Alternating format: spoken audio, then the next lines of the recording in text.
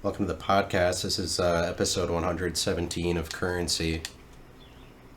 I'm glad that you could make it. I lost a couple holes in my career mode. I jumped ahead from like the 11th to the 13th hole from when I was last recording this. I'm still playing the Green Hill Classic, and I'm in the final round. I'm 8 under, which is like 6 shots behind the lead. I've got 6 holes to go. So I'm probably not going to win this tournament. And that stings, of course. I wish I could be better, but you win some, you lose some. I think that it's interesting, like Balenciaga is this fashion company that got in trouble because they were running pedophilic ads about. They're basically like promoting pedophilia through their ads, and they got in trouble for doing this, like because they're like, we're not ashamed about that. This looks like pedophilia in their ads, and people got mad at them. There's a lot of backlash, in case you haven't heard about that, because they're like trying to make the case that this should be acceptable in the world. And let's see, I can't really read the break here because there's a lot of shadows off of this tree.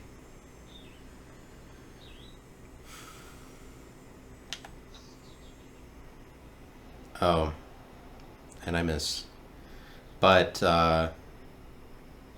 they got in trouble, and then there are a lot of people making TikToks about Balenciaga, and they bring up the fact that Balenciaga, if you put it into Google Translate and you put in the words Baal, Baal, space NC ENCI, space Aga, AGA, it spells out Baal is the king, or that's what it translates into. Like Balenciaga in Latin means Baal is the king, or like Baal is the true king, and that's like, so people are making, it's like a conspiracy theory. People are making the link that Balenciaga are a bunch of Baal worshippers, and Baal is the ancient Canaanite god of fertility that Canaanites, like a couple thousand years ago or whatever, made a lot of sacrifices to Baal, like human sacrifices, because Baal is like the god of fertility. I was reading up on Baal, Baal, and so like Baal is mentioned in the Bible all the time, and he's like competitive with the one true God of Israel, quote unquote, according to the Bible, or like according to Jewish tradition that the Bible is written about, or at least the Old Testament is written about. They bring up Baal as like, Baal is this god that's competitive to the god of the Israelites, and it's just that like Satanism does exist in the periphery. It's not necessarily that Balenciaga, oh, it's a bunch of like Satan worshippers, or like they're trying to worship this evil god.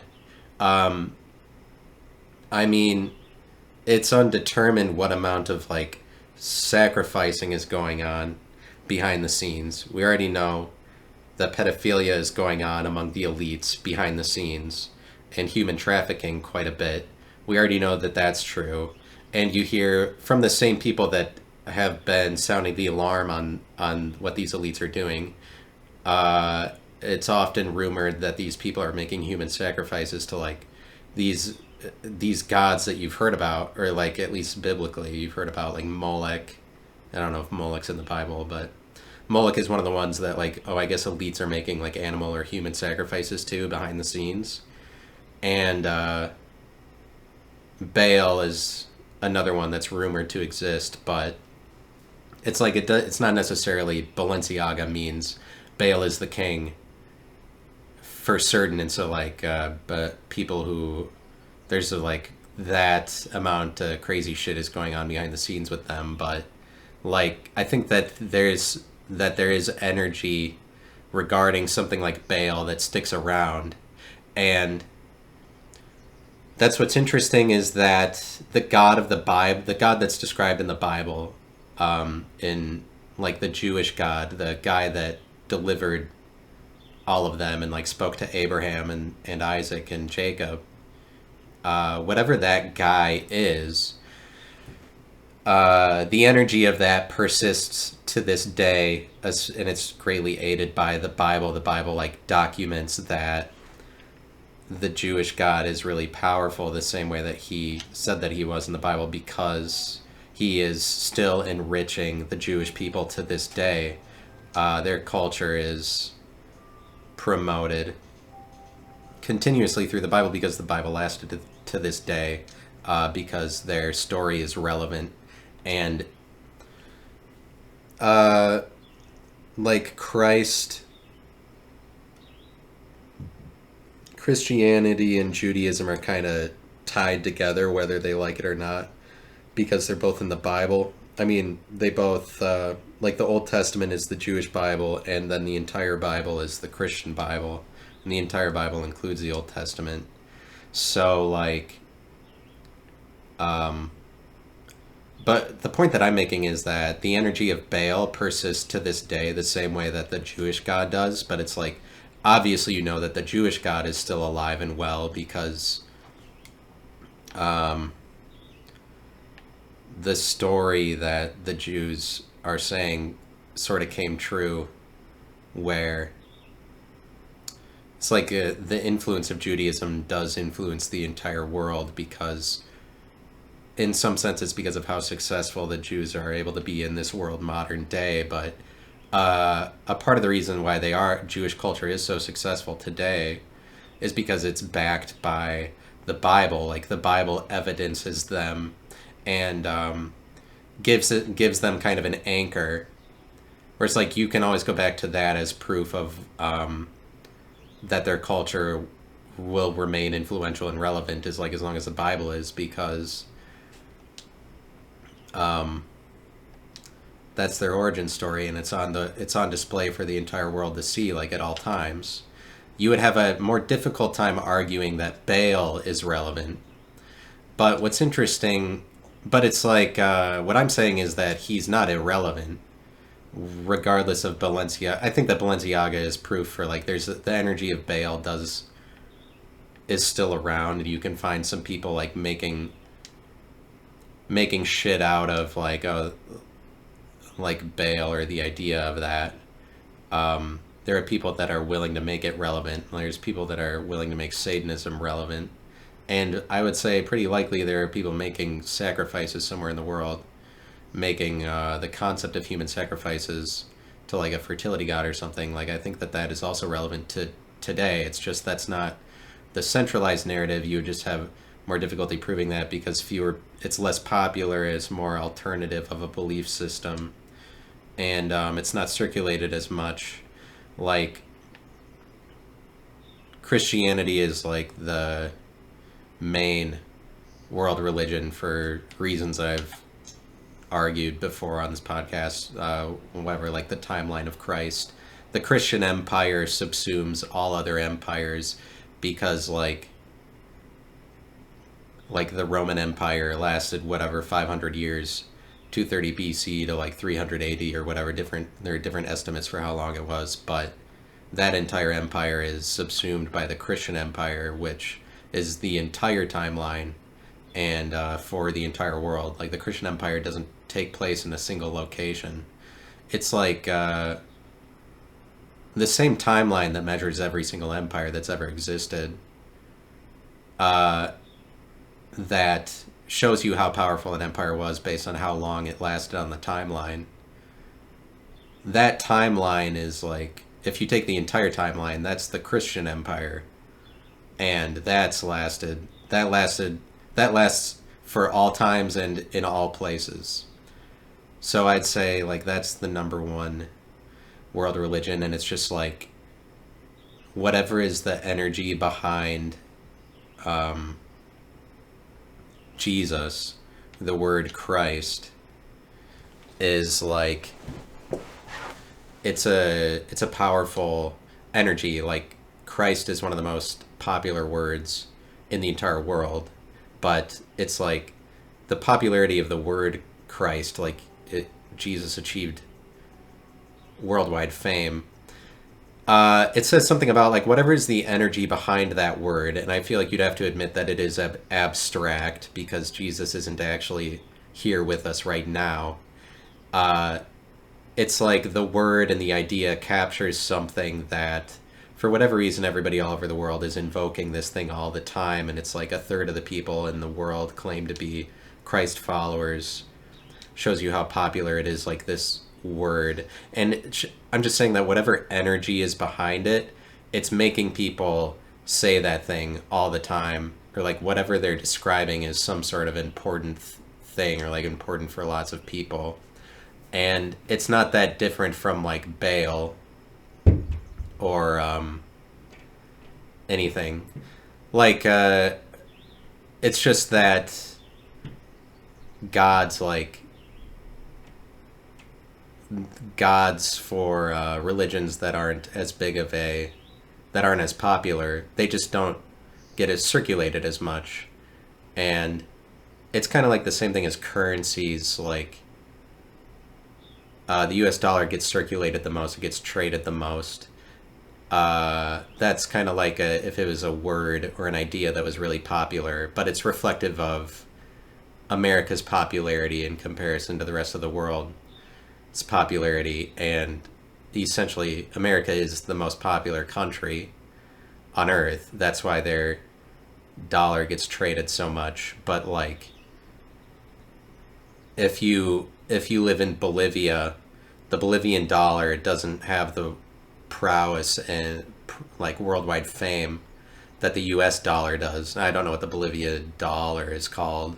It's probably not a dollar. It's something else, but like it's just like it depends on what currency is all about. Popularity. It's the same with cryptocurrencies. It's just like things that aren't as rich, like things that don't have as much money, like the Bolivian dollar. There are fewer of it, as reflective of kind of like how rich Bolivia is. And America is the richest country on earth, and their dollar gets traded the most. Christianity is a similar idea in comparison to other religions. Christianity is the most powerful religion on earth, and their token gets traded the most. Like the words, I mean, their God, that's what I should say, their God gets traded the most. And it's like rightfully so, because whatever it is about Christianity has made them successful enough to like cross the ocean and take over lands like Christians that settled in North America, Europeans that came over here to like, in some senses they're only able to do that because they have conviction, like a religious conviction or like belief system that's compelling them forward. And basically Europeans that settled over in Native America have a more powerful belief system and a more powerful God than Native Americans, who aren't able to settle in Europe and take over Europe because the God that Native Americans is following, the different gods that they're following, aren't they don't give the Native Americans technological advantage enough, and it's just like the techniques that Native Americans have, they're not as good as the techniques of Christians that crossed over and settled in North America. But like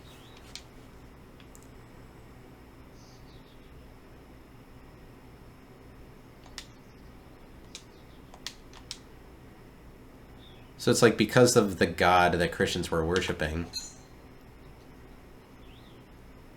he I'm talking about survival, and like Christianity survives to this day, but like Native American beliefs and traditions don't, like, to to the extent that they do, like really a lot less than Christianity, but it just has to do with popularity. Um, and it's like the Christian God, Christianity is the most popular because of narration, things like that. The Christian's ability to narrate things. But I'm saying that Baal is this Canaanite god that he's super Canaanite. He's like one of the most Canaanite. But actually, what's interesting about Baal and the reason why he presented such a problem for the Jews in the Old Testament is that Baal is the god of the Canaanites. And I looked this up, and you can look it up too. Like, archaeologists and historians all agree that Israel was part of Canaan, and Israelites were actually Canaanites, because Canaanite was just a catch-all term for the people that lived in the region in like in the BC era, like the time where Israelites were warring with other Canaanites and like Babylon or whatever, in this part of the world. At this time that like the Jewish traditions are recorded, the Jews are Canaanites. They're just a Canaanite tribe, but Baal is a catch-all god for like all of the tribes that lived in this area for the Canaanites. But it's basically like Baal is a god of the commoners, of the common people. Like everybody across the area worship Baal because Canaanite is the term for everybody in the area, including Israelites. And so that it makes sense that you see the Jews fell into worshiping Baal quite often, like all the time they were caught worshiping Baal. It was easy to, because Baal is like this approachable commoner god. He's also a really powerful god because he has lots of utility. Like I don't remember everything he does, but he's like the god of fertility, which means he has power over death, apparently, death and rebirth, and other things. Like he's a number of things rolled into one, and this makes him competitive with like the Jewish god, but it's really like the Jewish god is one of a speciality, and the Canaanite god, Baal, is one of the opposite of that, commoners, democracy. He's a demigod, Demi Lovato. He's kind of like Demi Lovato, Baal, Balenciaga. Baal is the king.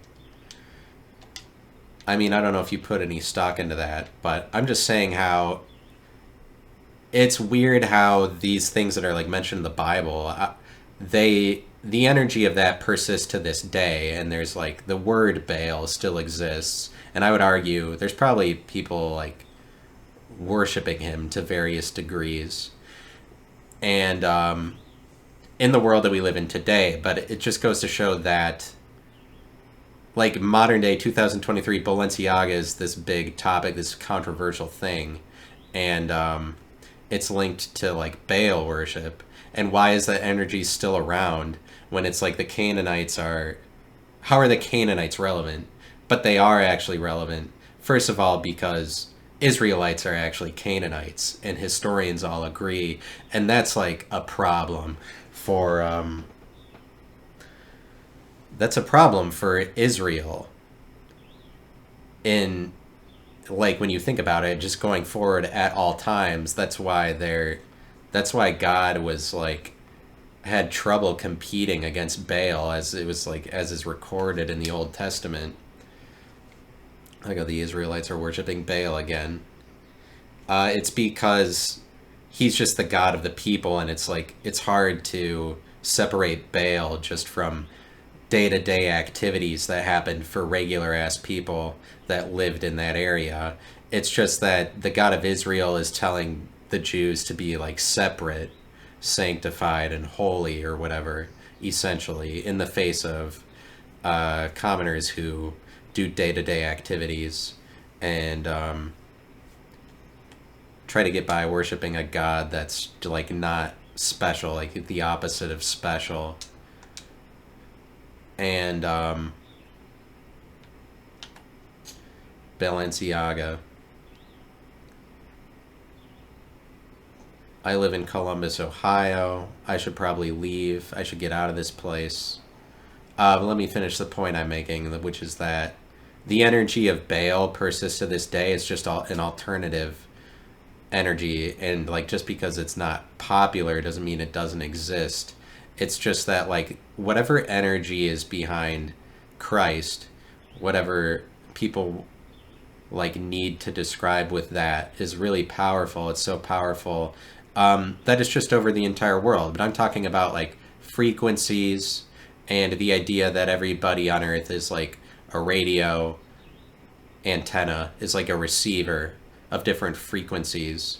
And like Christ is a frequency that occurs quite frequently. Like it has a high hertz number, or cycles per second.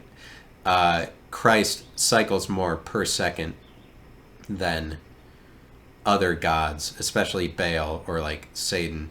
They're not as popular. Christ, the word, and like that it exists, frequents itself quite a bit. Like if you live in America, there's a Christian church like right around the corner. You know, is how frequent that Jesus is. But it's a really highly used frequency cast onto the entire earth. And I'm saying how it's in the air, but like Baal doesn't get as much play. It's just like it's an alternative currency. It's an alternative belief system, and as a result, it's more stagnant. It doesn't get circulated as much, like the word that people even know about it. But that doesn't mean the energy isn't there. And in some senses, you could argue that it's underrated. The Canaanite god Baal. If you were looking for an advocate of Baal worship, you've come to the right place. It's underrated because Canaan totally subsumes Israelite, because Israelites are Canaanites. It's like long term, if awareness for that spread, that's like a problem to Judaism. Once word leaks that Jews are actually all Canaanites, then they're subject to Baal.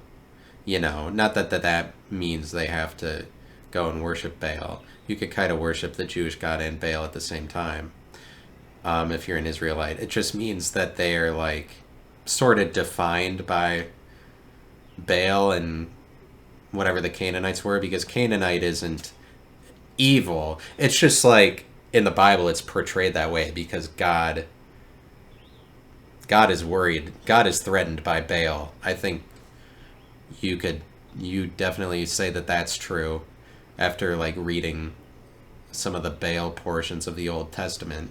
God is rightfully threatened by Baal because he's the god of like everybody in the area.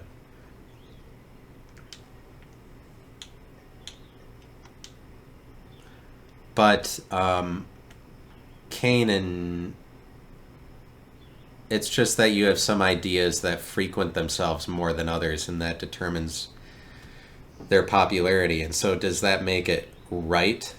Like kind of objectively it does. I would argue. I think that basically whenever we're describing something that is right, that we think is right, we're talking about things that are popular, the things that the most people believe in, or like the things that are a mainstay the most, because like everything is a joke. It's just that the things that are considered to be less of a joke are the things that last longer. Like AT&T is a joke that doesn't have to exist, and it's like, oh, somebody started that company. That's just somebody's weirdo vision that they wanted to enact onto the world. Like, nobody needed to aggregate this energy together into AT&T American Telephone and what, like Telegraph or something. American Telephone and then something else. I don't think it's Telegraph, but American whatever. Like, nobody needed to aggregate that energy into a company and be like, see, this has a name and a face. It's like Goodwill is a joke because nobody needed to make that. It's just less of a joke. It's and becomes more of a reality the longer that it lasts. But it's like the things that are the longest lasting realities are sort of just like the biggest jokes.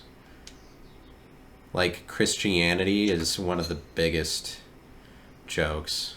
Oh wow, I hit it into the water because God doesn't like me saying that. Hit it into the water. But that's a compliment because that's like, oh, it's the thing that's lasted the longest. It's a compliment to call it a big joke. But jokes are like, I think that everything is a joke and they're like different levels of jokes. The things that are longer lasting reality are like better jokes, I think. I think that's true. That's just one way of looking at it.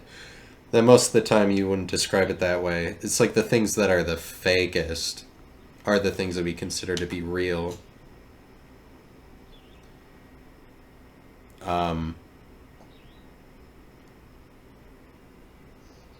But like a joker is different from a joke. Like I'm kind of a joke, maybe.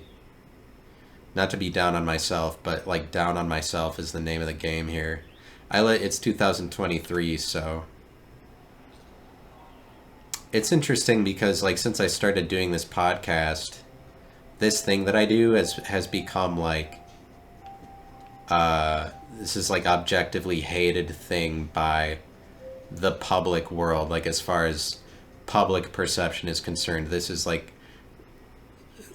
is becoming the onus of what you're supposed to hate in this year is like a white guy saying things that he thinks where it's like, this is just something I'm saying, or it's like you don't necessarily know that there's a point to it. Like all of the buzzwords for things that you're supposed to hate now are like apply to me. Like, oh, it's rambling or it's chaotic, or it's boring. And because like nobody asked you or like nobody cares about your opinion, you should realize that by now. We're done with listening to people's takes and their opinions by this year, especially if you're white.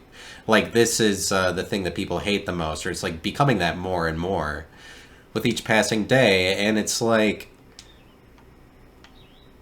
wouldn't that, it's like that's kind of the joke, really. I feel like that's been the joke from the beginning. But I don't want to be a joke, but in some senses that is what my life is. When you're unable to identify yourself to anything like really consistently, which is what I express that I do by making a podcast called Identity. I am describing my difficulty in identifying myself to things that are permanent. Like I'm only able to identify myself to temporary things, like one day at a time. So it's like I'm telling you, this is a way that I identify myself, and then like temporarily, and then I have to move on to something else, like a new episode. And this podcast, Currency, is a really similar thing to what I was saying before. It's similar. This is kind of like a sequel to Identity because I'm talking about a relationship that I have with money, and it's an unhealthy one. It's like a not. I wish I was more well-adjusted than I am, that I could have a more positive relationship with money in the world, where I would say that a positive relationship with money is one where you have a work ethic and you're committed to becoming something in the world, gaining authority in some area of specialty. I mean, not just one, but like more than one. Gaining authority in the world by having real life, active experiences. That's what a positive relationship with money is. What I'm doing is like an indoors. I'm gaining authority as like a podcaster, but like, um, which it's not like I don't have to be upset that that's all that I'm gaining the authority as. I just like I don't have any contentedness. Somebody told me once that it would like, oh, I would not want to be you, or like I would not want to have your brain, and they were right, because I don't think you'd want to be me. Uh, Whatever. Sure you do. Yeah, you do. You do want to be me. Because it's so tough to be me. Because it's like, I'm unhappy, but I just bring that upon myself. But like, it's like if I did this and I made it bigger, like I kept going, then it just becomes more and more of a hateable thing. And it's like a better and better joke. It's really like a better joke the longer I do it. Because like generally, I mean, it's fine. It's just like on the public stage, you're supposed to be getting out of the way if you're like a white man. The according to like public opinion, which isn't really real. It's really just according to the surface world. The surface world is trying to make people feel guilty. The surface world is better at making people feel guilty than the the world that's below that, because the surface world has all of the legal power to tie you to things. Like it's the surface world that criticizes you because the surface world has power over the things that actually appear, or like the things that are popular. The things that are popular are the things that actually appear, but it's like it's only the things that appear the most that are the things that we're saying, like, this definitely appears, this is definitely a reality. The things that are the most popular, that get circulated the most, like the US dollar or Christianity, um, those things that are popularity, they have the power of words, they have the power of the law, because it's only like the law that makes it so that you can convict somebody of something. It's only like allegations brought to light or brought to the surface that are enough to cause somebody to go to jail or whatever. Like, make sure that justice is served, make sure that somebody is wrong and somebody else is right. And the people who have the power over right are the people who control the surface world, the things that you see. So it's like Balenciaga, Baal worship is always, that's like in the shadows so much that it has no legal power. And that's why it only exists as like, oh, you're a fool if you're like talking about this like it's real, because by comparison to other gods, Baal does not get circulated enough. He doesn't appear very much in the world, doesn't frequent himself that much. And so to talk about it like it's real makes you goofy when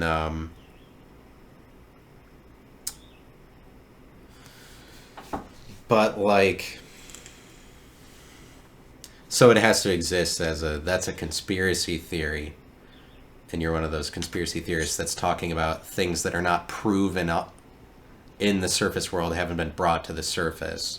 So if you're speaking in terms of things that are not popular, you're just going to be labeled as like a liar, more so, or like you're not talking about things that are evidenced, when it's like that argument is just saying that if I'm not talking about the things that are the most popular, then I'm wrong, and that's what it is. It's that the things that are wrong are just the things that are unpopular. Um,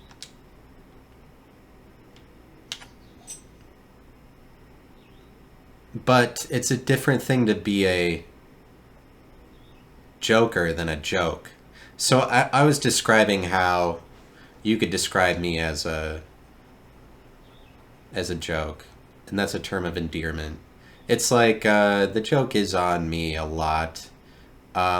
Like a joker is different from a joke. I would say that I'm more of a joke than I am a joker. Because a joker is kind of like an authoritarian figure.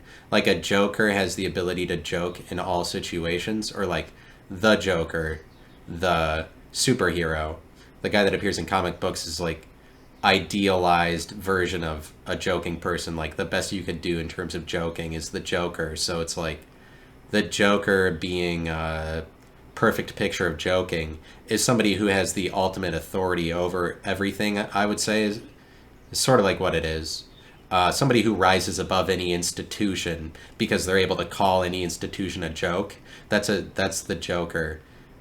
He's like the ultimate anarchist or something because no rules apply to him. He sees every set of rules as a joke.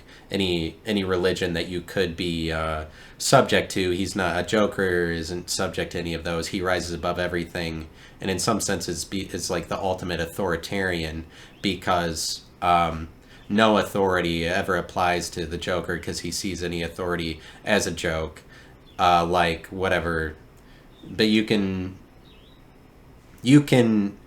tap into this in your regular life just by declaring all this shit is a joke. None of it is real, because that's one way of saying it. Like Golf Galaxy, that's not real. Obviously, for one, it's called Golf Galaxy, so it's like there's no world that was ever made that's like this needed to exist. This wasn't like from the dawn of time there would always be Golf Galaxy. Even even like a zebra, as natural as they are, it's not like the world we live in had to have zebras. Zebras are a joke because like from the dawn of time, like before the world existed, or like as the world began to exist, zebras didn't yet exist. Like zebras have a timeline, uh but like there wasn't it's a probability that they would end up existing at all. Like there's not, it's not like zebras are so natural that oh yeah they had to exist from the beginning of time. Like there's no reason besides that that's what our reality is now. Like so it's like Golf Galaxy you would say is more unrealistic than a zebra because zebras we know to be natural, but it's like it's not like the world had to produce zebras, but it just happened to be producing that. But it's like it's not like there had to be a world anywhere in the universe that produced zebras, obviously. Like it's very random that any one species exists. Um it's very random that there ended up being zebras. Like zebras are very lucky. In any one individual person is like, it's very lucky that you exist as that thing. Lucky or unlucky, I guess. Like if you have a shitty life, then that's kind of unlucky that you ended up existing as what you were. Um, but it's like Golf Galaxy isn't a naturally occurring resource. Like you don't find it out in the wild. That's why it's like easier to argue that Golf Galaxy is a joke than that zebras are a joke. Um, but like you can, if you're able to get to a place to declare everything to be a joke, then you're bordering on being something like a joker, and that's probably just like being in hell or being riddled with mental illness. If you're stuck seeing the entire world like it's all a joke, then you'll have trouble engaging in reality. But like being a joke is different from being a joker because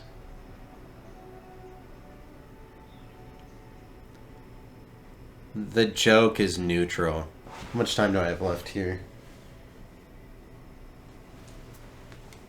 And it's like 39 minutes. Time is moving slowly today. Time is moving slow. Looks like I made the cut and I had a good showing at the Green Hill Classic, but that's not gonna, I mean, that's not gonna get me where I need to be. A good showing at the Green Hill Classic when I was already so far back in the standings. finished tied for 68th. Nobody's gonna... Barely. I'm surprised I don't lose my sponsor again. I lost my sponsor. And so in some senses, it's like, I did 117 episodes, why not do 117 more? Seeing as that I have no, like, proven skills. Like, it's not the skills that's the problem. It's just that I have no work ethic. I would argue because... I'm not going to go into why. I'm not going to go into blaming whatever. Because nobody wants to hear that. People don't want to hear you blaming other people or blaming whatever. I don't work hard enough. That's why I'm not a good enough... That's why I'm not a good enough comedian as it stands right now. That's why I don't have enough skills that I'm proud of. And working hard has to do with, like, making connections and talking to more people. Like, it's work to talk to people, right? Like, that's not easy to do. To go out and talk to people, like, it's not necessarily fun for anybody. Some people are more extroverted, so they're like, have fun making friends or whatever. But it's like making friends fun. It's making friends is kind of like work, but then there's like fun at the other end. There's fun at the other end of, like, once you are really good at the cello, then you can kind of have fun with it when you're not in the stage where you're just like working on making it a part of your life. Like, once it's established, once you have an established reality in your life, then things become more fun. But, like, so it's good to have an identity and, like, have something that you consistently are, because then it, like, reaps rewards for you where you can rely on that thing, and it takes the pressure off of you and makes things more easy and more fun for you in regular life. If you have a consistent identity, if you have constant death, which is a concept that I heard about in the show called The Shivering Truth, which is one of my favorite shows. It's like a cartoon that's done in a weird animation, maybe a strange animation that's meant to look ugly, that, like, mainstream audiences would be, like, repulsed by, because it's like a horror TV show. It's a cartoon. It's on Adult Swim. It's called The Shivering Truth. And it's one of my favorite shows. They have an episode called Constant Death, which is the first time I've heard of this concept. But, like, the main character in this episode, he's plagued. He, like, signs a contract that he can't get out of, and then upon signing it, he's plagued with this problem or this disease where he can only ever be one thing for, like, 3 seconds at a time. So it shows him, like, he's like a goose for 3 seconds, and he, like, makes a joke or something that people laugh at because that's characteristic of gooses. And then he becomes a fox, and then, like, 3 seconds later he becomes something else. And this is, like, going on forever, all of his life. He's, like, stuck in this world where he's dying constantly because he can never be anything for long enough. And it's like, if you can't identify yourself to something consistent, then you're stuck in a world of constant death where you're constantly dying, and that could create misery, I guess. I mean, the jury is still out. I don't really find... and I'm saying, like, gaining authority in the real world, real life experiences, rather than, like, talking about things, is how you gain an identity, or, like, gain real happiness. But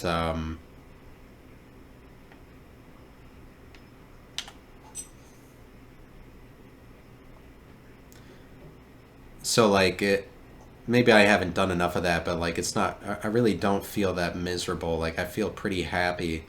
It's just, like, I always think that there's more I should be doing or whatever. It's kind of like lack of, like, I don't have enough of an identity. I feel like to be honest, I don't know a lot about myself.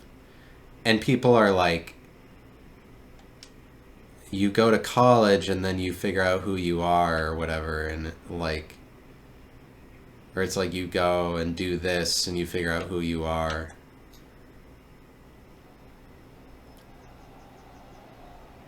Or it's like I might border on thinking that I I grew up a certain amount, or like now that I'm 30, I have done all these things in life and I've figured out who I am. Or it's like you're supposed to have figured out who you are by the time you're 30.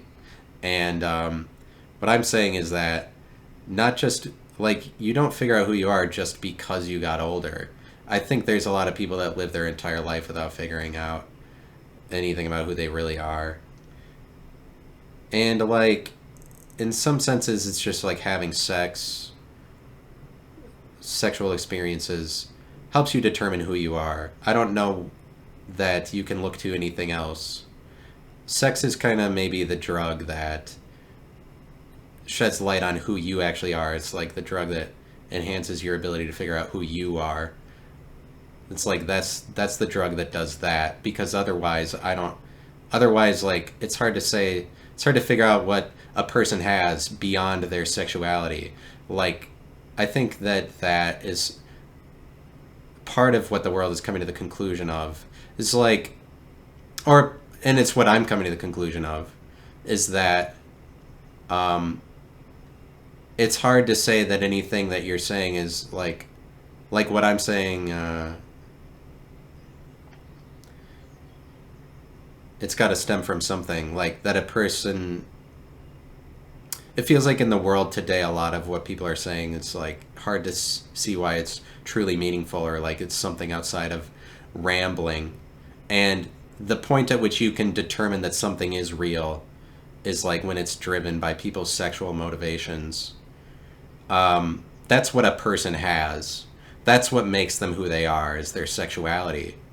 And beyond that, there's like all this shit that you can talk about that just kind of disguises that. Maybe. But that's what Christianity goes after fundamentally to begin with, is your relationship to your sexuality. Or like your individuality. But the Christian church will talk about like you got to find out who you are in Christ and find out what your talents are. What are the talents that God gave you? And I feel like who you are in the Christian church is nothing. You're dead. The point is that your individualism is dead. That's why they go after sexuality as sex is evil to Christianity, is because that's where your individuality stems from. And the person that you are in Christ it's meant to be nothing at all at the point that you throw away who you are to be this to become a term, to become Christian. The point is that you're not who you are anymore. Now you're just Christ's bitch. But like I don't think there's really any I don't think there's any individuality in the church. I mean, there isn't a lot of it. The point is that you're giving up who you are to be part of a collective. Um,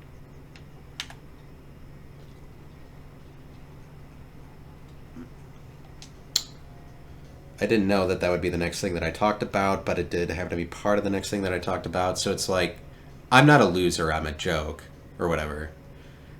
Don't call me a loser, I'm a joke. That's the way I'm identifying myself. But it's because I'm saying I'm a joke, I'm not a joker, because I'm more of the joke itself, because the joke itself is neutral. The joke is the line, I think. It's the line that enforces the code of conduct. Like the walls of the facility, the walls of the building that says, this is Kmart, or whatever. That's the joke. That's where the joke is. And like, I think the joke is like the border. And if you're a joker, what you're able to do is be outside of the borders of a lot of ideologies or institutions to call them jokes. It, like I'm saying, being a joker means not being contained by authority, being outside of borders. To call the borders a joke, but like the joke itself is the border, because that's the thing that's arbitrary, where it's like at some point you see that it's not necessary, or that it's a joke. Like the border between the United States and Mexico, wasn't really seen as a joke for America for a lot of years, but in recent years, it's becoming this big joke. Um, as like that's evidence of that the reality of America is deteriorating to some degree, but it's already on that path once we start creating things like NAFTA, North American Free Trade Agreement, to recognize all of North America at behest of like America. So it's like liberals, progressives like Bill Clinton are the ones creating NAFTA in order to recognize like the mega conference of North America as opposed to the individual America. But it's like that's probably the future, is that the world will um, evolve into mega conferences, and it'll just at some point be Western Hemisphere versus Eastern Hemisphere, and probably Eastern Hemisphere wins, right? Because they have more people and more resources. I don't know why the Western Hemisphere does as well as it does, since it has less people. But I feel like that can't last forever. I feel like at some point, the same way that they had a lot more trade in the Eastern Hemisphere, a lot more trade of beliefs and tools and whatever. Like, if you have more people, you have more inputs, more inventions, and like you have more trade when you have more people, and because of that there's like the circulation of ideas happens at a faster rate, and that's why the Eastern Hemisphere was able to come over to the Western Hemisphere when the Europeans settled in North America. um, I feel like America's prowess has got to be a temporary thing in the eye, like in across like centuries or millennia. Like, probably in a few centuries, the Eastern Hemisphere will gain power over the Western Hemisphere just because of they have more people and are able to trade ideas at a better rate. I feel like logically that's what would happen. Um, but because you see that that's happened before. Like, I feel like where you have more people, they have more potential for technological advances or whatever. But like shoot, I forget what I was saying. The um a joke or a joker. Like, the joke is neutral, the joke is in line. So it's like the United States Mexico border now is like, currently this year it's a joke. Like, does it exist or does it not? Because we're Mexicans are crossing it all the time. It's almost like it's not even there. But like, politically it becomes a joke. Like, oh yeah, build a wall to separate it. Like, the wall is a big joke. Like, yeah, we're gonna keep enforcing this border, because with regard to the U.S. Mexican border, you have liberals which don't like to respect the border and see the border as a joke, and then you have conservatives that do the opposite, where they're like, the border is not a joke; it's something to be taken very seriously. And that's what a joke is. I think every time is that the joke is the border, and then you have the group of people that's subjected to it, which in this case is the conservatives, and then you have the people that are outside of it. And if you're outside of it, you have the ability to call it a joke because it's just another object in comparison to other objects, rather than something you're subject to and then have to set your life by to some degree. Something you have to take seriously. The things you have to take seriously are the things that are in authority over you, and that's the way that the conservatives view the border with Mexico. Um, and to be honest, I think conservatives have become more progressive on this issue in recent years. I think we all know. I mean, I don't know. Maybe I'm just progressive on this issue. Like, we all know that the border has to deteriorate at some point, right? Like, because I mean, I see it as a little bit of a joke. But it's like the arbitrariness of the border where it exists. Like, oh, this is the United States and this is Mexico. That's a big joke. Like, this is Colorado and this is New Mexico. Like, yeah, for the purposes of like divvying up sums of money. But it's like not especially when it's just a line. Obviously, that's something that's dictated by a piece of paper somewhere. And it's not like the piece of paper has so much more to say. The piece of paper that says New Mexico ends here and Arizona begins here. It doesn't have so much prowess that we're like, oh yeah. But I mean, that the world we live in now does respect it. But it's like it is kind of a joke. It's like, yeah, oh yeah, that's the United States. This is Mexico. It wasn't like, and also 700 years ago, it wasn't any of that. And if an alien race came over here and just like exterminated everyone in North America and just is like, this part of the world is now Scuba Island, then it's Scuba Island or whatever. It just depends on who has the authority to call it what it is, and the authority is ultimately a joke always. It's just if you're outside of it, you have the ability to call it a joke, and you're like a joker, more so. But the joke itself is the line. The joke is neutral. The border is neutral. Like the joke is the line. I think a joke is always a line, because when you do stand up and you're up there, you're telling jokes. It might be a controversial joke, and the people that laugh at it get the joke because they're outside of the thing enough. But if you don't laugh at it, so it's like when you tell a joke, you're drawing a line. Basically every time, like every joke is a line. Jokes are the line. Jokes are neutral. It's just like, what side do you end up? Are you on the side where you're offended, or the side that you think it's funny? What side of the line are you going to be on? That's what the joke asks of you. So not everybody on Earth is a joke.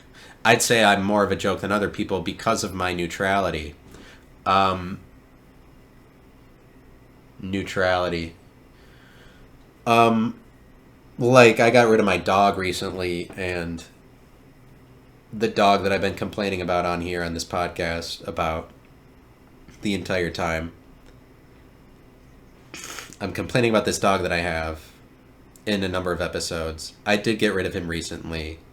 Ultimately because I didn't really love him that much. But other people love their dogs. Like, this is like the reason why it should have happened that I gave him away, is because I run into other people that have dogs and they like really love their dog, and the reason I'm complaining about having a dog the entire time I have him is because I'm denying the reality where people love their dogs, because I don't love mine, but I have a dog, so I'm like, that puts me at odds with people that actually genuinely love their dogs. And so it made me like hate that, or like, I don't believe that idea, because dogs is sort of a religion. You have to buy into the belief system enough, like a little bit. Like, I didn't really trust my dog. I didn't believe him, and it made me like not believe the entire practice or something. But it's like, people do genuinely love their dogs, as it turns out. Unfortunately, I really wished that I was one of those people the entire time I had the dog, but I wasn't, because I didn't love him.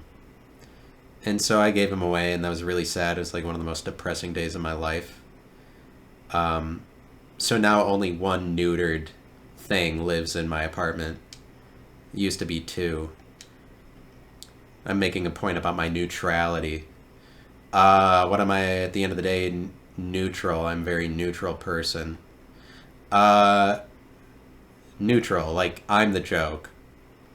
Because I'm a joke. It's like, I don't know. That's entirely accurate. But I'm not saying that I am down on myself. I'm positive about this. I'm positive about the idea of embracing that I'm neutral, because not everybody is that. Not everybody is neutral. So not everybody has the ability to be a joke. Would you want to be a joke? No, I don't think so. As I was describing before, somebody told me one time that, oh, I wouldn't want to have your brain. I don't think you'd want... who cares?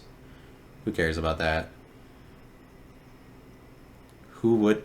It's like, yeah, who would want to be me, but also who wouldn't? want to be me. I don't think you'd want to have my brain because it's like, it's not. I mean, I don't know. Maybe I see things as a joke a lot, and that makes things more difficult for me. It's really like it's it's not really necessary to complain about anything, so I don't want to go into that. I don't think that's true. That really people would want to be like me or not like me. I think it's kind of neutral. As much as you want to have the power over jokes or something, or the power over borders themselves. Like if you want to be a neutrality. How much do people want to be neutral? I think it's neutral.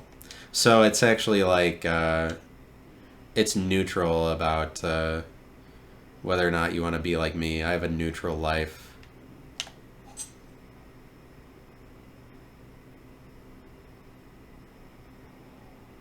Because like the world is actually kind of fantastic.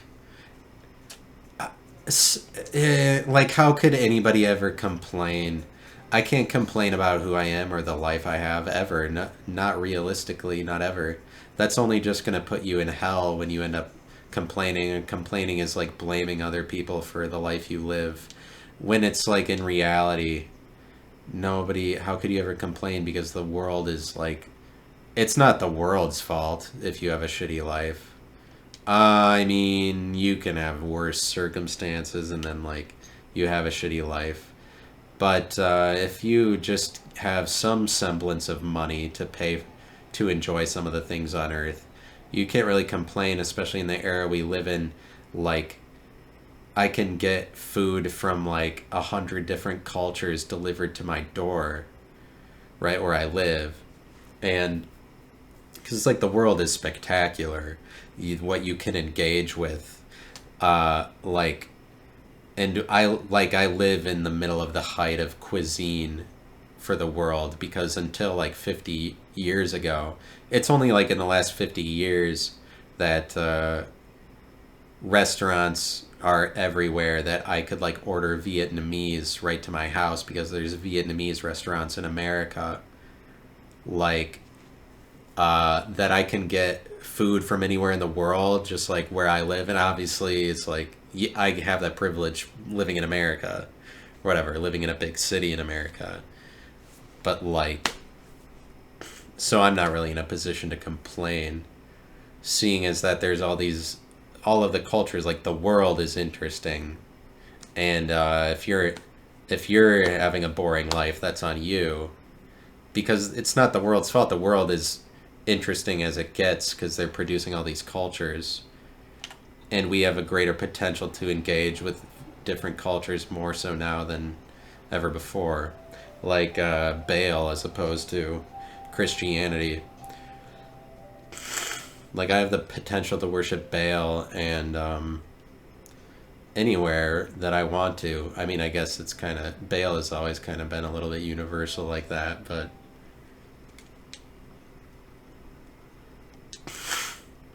because there's different things that manifest themselves.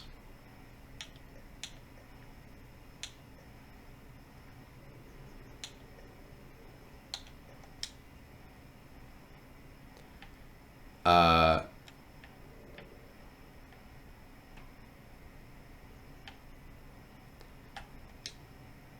it's just that for some reason, whatever people are describing with Christ is like really frequent energy in the world.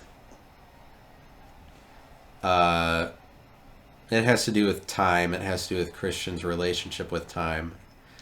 I feel like the energy of Christ is so prominent that it interferes with real life activities. Like all of a sudden, supernatural things happen in what was supposed to be the natural world, um, that are like as a result of Christian interference or whatever energy is causing people to say, uh, to worship Christ because it's like really important for some reason.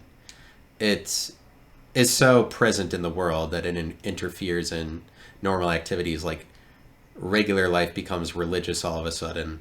I think that that's what happened when Damar Hamlin almost died, and then the next week the Bills, Naheem Hines returned the opening kickoff for a touchdown at the Bills Stadium at home.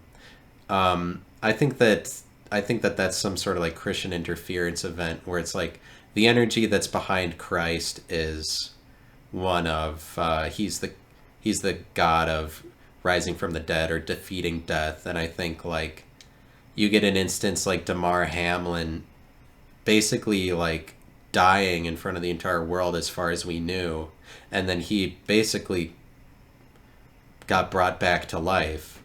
It's interesting that everybody in the world on Twitter, you could see across the board, we were like, we pray for Damar Hamlin. We don't want him to die, and like, in some senses, maybe that's the power of narration. But like, that's what you see with the Bills fans, and they open the next week. The opening kickoff gets returned for a touchdown, and the announcer was like, "That's storybook."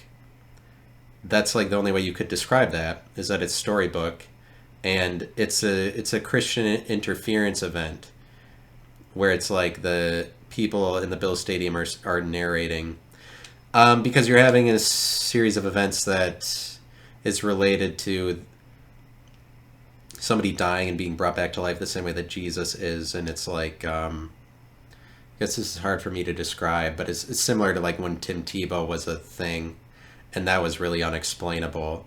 You get some of these unexplainable things that you could really rightfully describe as like Christian, or there's something bigger going on, or there is one unified centralized God, because how else could this happen in this way? Like, people find in themselves the ability to narrate things. Like, sometimes the energy of that becomes so potent that it's like actually in real life this guy like Naheem Hines returned the kickoff in an NFL where there's so few kickoff returns, but it's like of course that happened that way, because it wouldn't necessarily have to, but you have to describe it as like that's a storybook kind of thing. That's like it's like people narrated it, and I think it's okay to say that that's actually what happened, you know. Like, go that far. Yeah, they did narrate that. People narrated Damar Hamlin back to life, and the Bills Stadium narrated the kickoff returns for a touchdown, narrated the Bills to a win because they were given this certain power based on circumstances that happen. Like, things like that do happen because like Christianity is reality, Christ is reality. Like, you can't, that energy is potent enough that it's producing people like to say the name and worship the name Christ all the time. Why wouldn't there be people like temporarily gaining the ability to narrate? It's hard for me to describe. It's more about how Christians have the power of narration, the thing that I'm describing, but because the world doesn't have power over death, you know, but Jesus does. And so when you get like power over death instances, it's just like that same energy that people are describing with Christ like comes out. That's all I got for you. Thanks for listening. I'll have another episode hopefully Saturday. Goodbye.